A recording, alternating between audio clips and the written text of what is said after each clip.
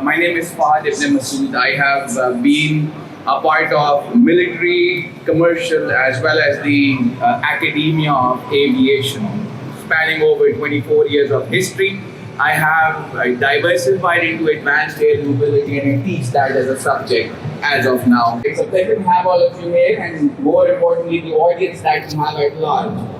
My first question goes to JR. JR, you have a strategic insight onto things, being a part of this CAM as we know it. So my question to you, being executive director at the forefront of advanced air mobility industry in Canada, can you share the policy level changes, one, and the insights on how CAM is working to unlock zero emission air vehicles for moving people and goods within and in between urban and regional areas of the states?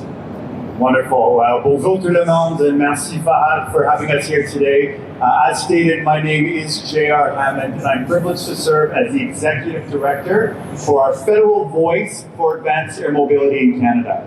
We are privileged to be co-founded with the NASA equivalent on the Canadian side, called the National Research Council, with our sole mission of expediting Canada's transition towards zero-emission aviation in the advanced air mobility space. Now, the important part about the policy developments is that Canada has been privileged with a lot of space to be able to test these new use cases and unlocking revenue-generating opportunities in our drone and our paths, our fixed wing, our vertical takeoff and landing, and our commercial aviation space.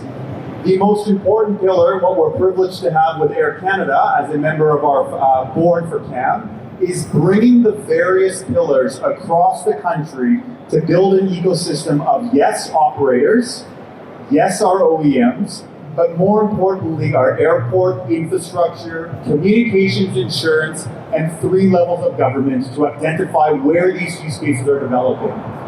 The critical piece I wanted to bring up is the launch of Transport Canada's, our CAA, Advanced Air Mobility Integration Team, that is working with us in Canada on identifying medical use cases where our current provincial governments are spending hundreds of millions of dollars in transporting PPE, medical material, and of course blood and organs to some of the remote and Indigenous communities across Canada.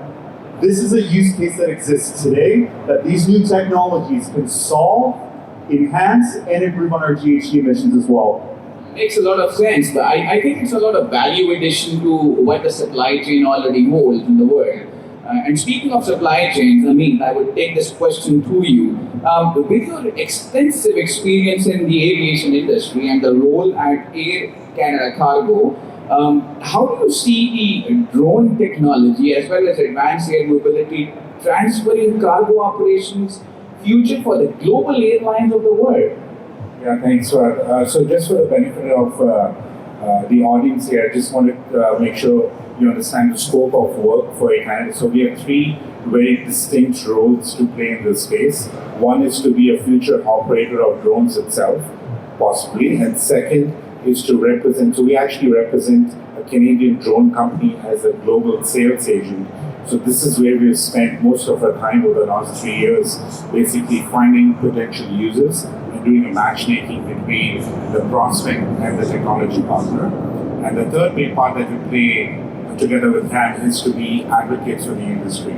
Right? This is a big role for us that we have undertaken under the CAM board membership as well. So under the advocacy role, I would say, how often do we get an opportunity, to use tools such as the AAM and drones that could revolutionize the business, right? And I'm a strong believer that drones and AAM technologies will revolutionize the business, and hence that's why Air Canada had decided back 3.5-4 years ago to get involved in this space. So we were one of the first airlines to be a part of the space. We spent a lot of time and investment in developing this industry globally, traveling and advocating for the space. When it comes to the airlines playing a role in the drone technology, I believe it's a very natural fit, right? If you look at any airline that plays in the cargo space, you can almost put a concept around the drones could be an extension of an airline business. Right? I see endless possibilities of applications and what could be done with such technologies. Right? I think drones could be used as a launch pad for airlines, given when you look at the logistics supply chain, airlines are probably one of the best suited to capitalize on the knowledge that they have in the cargo space to take advantage and to lead the path of what other airlines could possibly do as well. So we've kind of taken that up on us to kind of lead the path. It's a tough road. There's lots to be done. We're limited by the capacity of the cargo drones today, but those around the corner, those are coming as well. But even with the smaller drones that are available today, there's lots to be done. A lot of applications, like JR mentioned as well, in healthcare and others that we can talk about, are very much a possibility that couldn't be in the past. I tend to agree with you on the fact that there's a lot of sandboxing taking place across the world, and Canada has led it from the front and had a lot of success in the processes as well. So I certainly will come back to you with that question also. Moving on to Adam. Adam, it's a pleasure to have you here. First and foremost, you have a very, very distinct viewpoint on advanced air mobility, being a part of both the USAF and Walmart.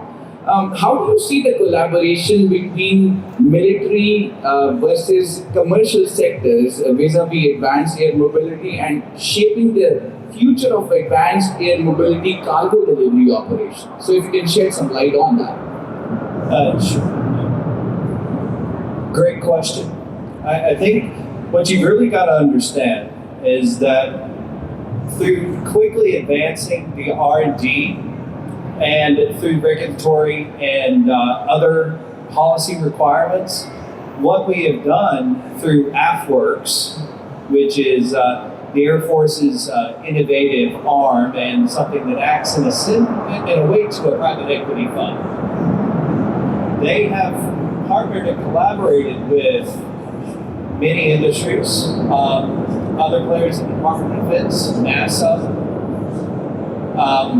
also state and local governments and academia. What they have found is that they have the ability now to put a lot of what you would say is grab a lot of stuff from industry, as opposed to pushing out and saying and prescribing to industry what they would like to see. They are now getting the ideas from industry, working together, sharing resources to include scientists, airspace, facilities, to include runways. All these things together are really quickly advancing how much we are seeing at the speed of innovation, the speed of policy updates. Some of the things that they're working on do include developing unified standards and policies. They integrate a low altitude weather network, and they're validating emerging technologies and infrastructure for BIVLOS. In other words, beyond visual line of sight capability for drone technology. So far, before they really started this back in 2018, they only had about 1% out of 1,200 applications get approved for beyond visual line of sight operations. That now has started to trend up and will continue to trend up as they figure out better ways to harness this. One other thing to add is that they have now contributed about $345 million to 36 different companies. And that's $11 billion total into AAM from the US government to date. That is going to help us figure out how to get better in the future and bring this much more quickly to market than if we had been siloed or trying to just focus on product development or just on policy. We're now hoping to have those things develop, intertwine, so that the technology, when the technology is ready, we're going to be able to put it into play quicker. Thank you for that answer. And I certainly believe the numbers are going to rise. The financial numbers you mentioned, they are going to bounce and bounce higher every time, every year. Coming back to you, JR, we're looking at the pattern of things where standards move into regulatory frameworks, move into licenses, insurance that was talked of in the previous session as well, risk mitigation and all that sort. My query to you, what are the current state of regulatory framework in Canada, one, pertaining to eVTOLs and the rest of the AAMs? And can you point out any key challenges or opportunities you want to mention in your answer as well? So we're going to build upon it in the Canadian context, and then I'll give some of the insight on the international and how that's playing into our conversations here in the Middle East, and more specifically with ICAO having their headquarters based in Montreal in Canada as well. So specifically for Canada, Transport Canada, our CAA, has opened up for consultation drones in RPAS up to 150 kilograms in operation, and looking at beyond visual line of sight for ex-urban areas, which is the overwhelming part of the country of Canada, and those operations looking at a 2025 entry to service. Now, why this is important is because for us, we are looking at the medical field, specifically blood, prescription medicine, and organs, on how we are moving those across our country in a more efficient and effective manner. And I encourage each of us in this space to find additional opportunities that have a strong social case, a strong environmental case, and of course the economic aspect for unlocking these technologies that will then advance us into the larger aircraft in the AAM space. On the international side, Canada is privileged to host our inaugural Advanced Air Mobility and Symposium with ICAO in Montreal to ensure that these standards are shared across the world, and the insights, data gained, are then helping expedite more use cases like this. Perfect, makes sense. I think it's a statement that is global now. Data is literally God. we have so much of data going around in advanced air mobility and all the eVTOLs that we have, that it's becoming a challenge as well at times. I just put up a quick reminder for everyone, the last two questions, so please make up your mind on your questions because you'll be asking us a few in a little time as well.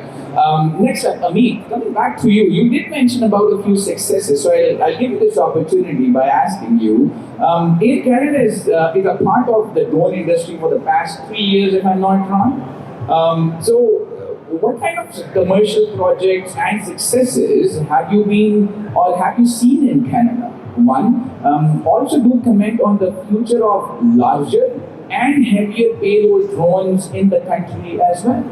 Yeah, absolutely. So, just picking up from what JR mentioned, the impact of the drones, being the social, the environmental, and the economic side, obviously those are, each big check boxes when it comes to the possibilities and applications.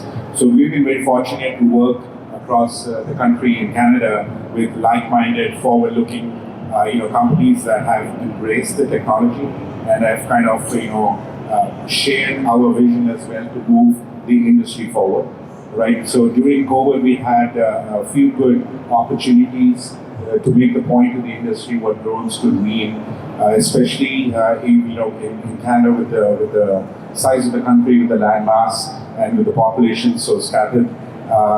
It's almost, and especially with the weather conditions, the extreme cold conditions that we have to comply with, drones are a perfect solution for real problems, right?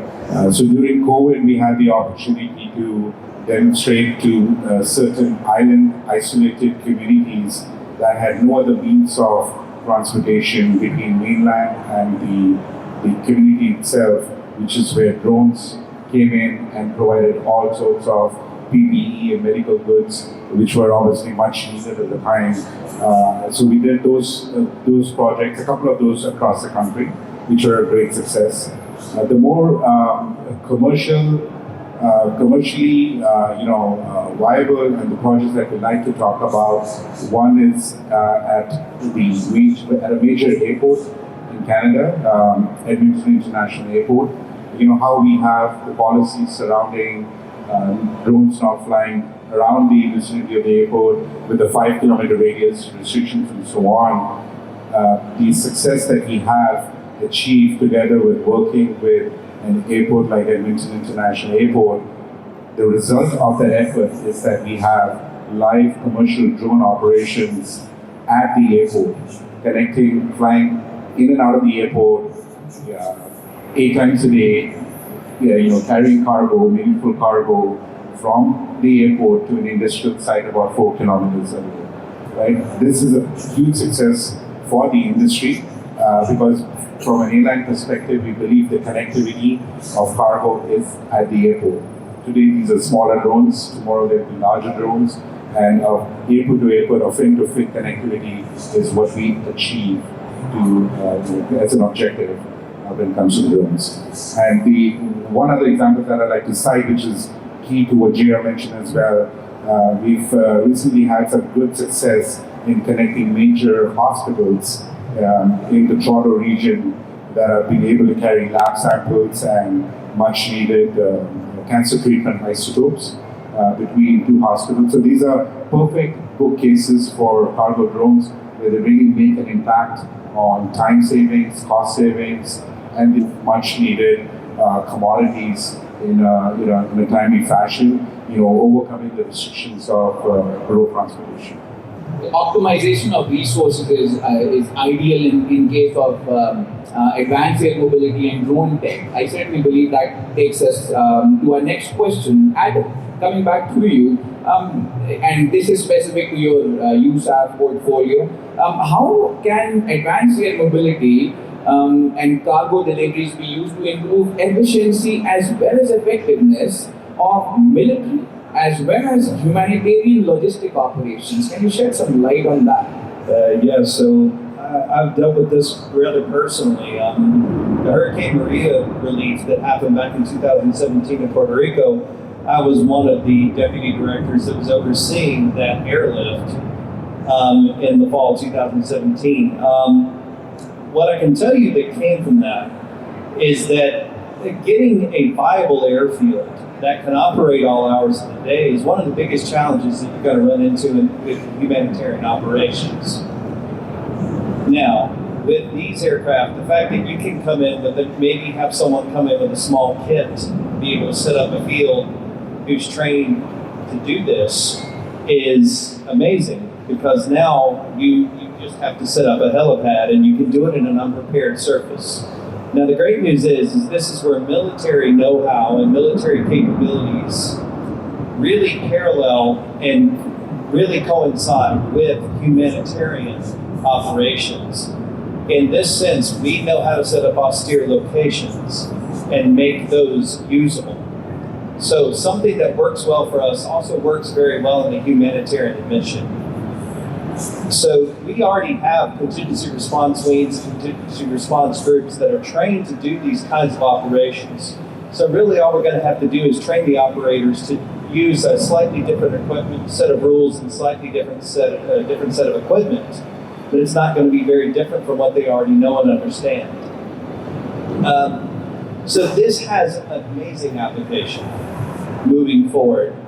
And it will be something that, of course, we've already looked at with companies like Archer, Beta, and Joby. So if you look at these things, it's telling you that a lot of this is moving there, and that we realize that this is a solution that's viable and is going to be a critical part of our Air Force mission moving forward.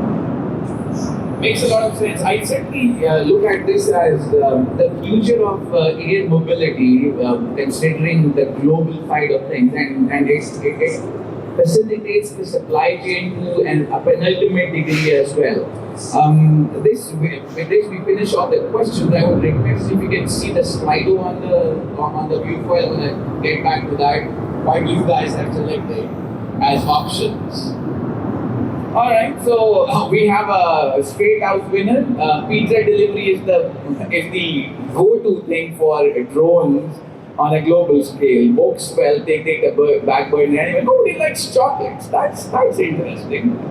Well, thank you once again for your participation. With this, the house is open for questions and queries from your side. Yes, our friend on the right, can somebody pass the mic on, please? Kindly introduce yourself with your name and your opinion and the question as well. Go ahead. My name is Fahad ibne Masood from England. Being a major, I would say, investor, especially you guys, looking at also a solution. So for drones especially, what are the steps being taken to ensure that our cargo drones are not compromised? Because it's all well and good. We're talking about all this technology, public perception, like you say, it's very important. We need to know what we're getting into or what is flying above our head, knowing fully well that they are low altitude machines. So, like I said, key question is what are the steps in terms of both digital and physical sort of compromise that can happen? Okay, thank you. If I were to get your question directly, where do we go from here step by step so that we are ensuring safe, efficient and secure operations of advanced air mobility? Is that correct? Good enough. I would request Adam, because you have the max experience. Go ahead. So when it comes to data security, I think you've got to realize that one of your main things to do is to understand that the encryption levels required. You're going to have to also understand who information can be shared with. In other words, there's a need to know that has to be understood. After that, a lot of it is going to be understanding who may actually attack and knowing how to specifically look for those attacks and be able to fight against them and or have networks that can work around when you do get, say, a brute force attack or something like that. In this sense, it's not just that you have well-armored networks that are well guarded, but you also have resilient networks that can adapt and move when necessary. Because eventually these attacks will happen. It's not a matter of if, it's when. So if you can prepare that way, I think you have a chance to do that. Again, it's going to require thought and investment. And the question is whether or not people will take the appropriate steps at all levels. I'm confident that I think we're looking and assessing that in the Air Force, but again, we've always had this ability to be outfought and outmaneuvered. So we've got to stay ahead. Okay, thank you, Adam. Anyone else would you like to add? Yeah? I'm just going to build upon what Adam was saying there, and this has been identified on the international level from day one, that cybersecurity is currently under-resourced and underfunded to compensate for those exact pieces, both on, yes, the identified risks, but then we have to bring in just the naive use cases of our conventional users across our countries as well. These are both aspects that are going to be critical and, valid point on the underfunded and under-resourced side. I mean, go. Yeah, if I may just add to the point you made about community buy-in, given the few projects that we have undertaken, and so each implementation is very different than the other. But it's important to notify, because we're still in the early stages of what's to come. The community buy-in is actually built into the rollout plan, right? So you may have a community that you're flying in the middle of nowhere. It's a pretty easy buy-in because they are in dire need of having any connection of transportation. But in a more of a suburban region where you have enough population, we actually have buy-in from the community, where you actually have education sessions, getting the local community involvement to basically share basic information. Like the drone is also a registered aircraft, it has a tail number. It's the same crime as doing something to a drone that it is to do something with a commercial airline. So those kind of basic common man, education is critical at this time. Yeah. Thank you, the panel. Any other question, please? Sorry, yes, go ahead. Apologies, I don't mean to hog the microphone. We did address the digital thing. It's the physical bit again. I don't mean to pass any swipe at any country or whatever. But we've seen a situation where people bring out a shotgun, shoots other person down. So what gives us the impression that that's not going to be happening to drones and whatever UAM that's flying out there. That's another thing.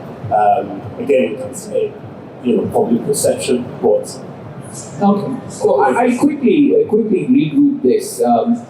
What we require as a stepwise process, number one, we've talked about this at length before as well, we need standards. As per aviation, we have the start from ICAO, EASA has their own product. So they have ensured that the standards are met and exceeded, that's number one. Second is regulatory framework, which is paramount to ensuring safe, secure, efficient operations. That's step number two. Next is the insurance grid that works in. Insurance is key. That is how aviation works right now. And the previous discussion was also on the same. As we go through this will ensure that the risks involved will be mitigated to the maximum possible. And once those risks are mitigated, the public opinion and the people at large, the passengers or the cargo operators, they will be encouraged into going into more domains. I believe that answers a stepwise process for you. Good enough, thank you. Anyone else? We just have a few more seconds for questions. Perfect. I think that brings us to the end of our QA session as well. I would like this parting words for you guys. Weak minds discuss people, average minds discuss events, and great minds discuss ideas. That is exactly what we have done today in our session. And I believe you guys are much more enlightened. May it be the Slido poll answer. Nobody likes chocolate, once again. I don't know why, but that's the takeaway. Other than that, it's a big round of applause to the organizers, Miss Pooja, Miss Jody. They've done extremely well managing the affairs. Round of applause for them. Round of applause for yourself. You guys have stationed with the graveyard shift. And a big round of applause for the audience as well. Thank you everyone for being here. You guys take care of yourselves. Have a good one. Cheers.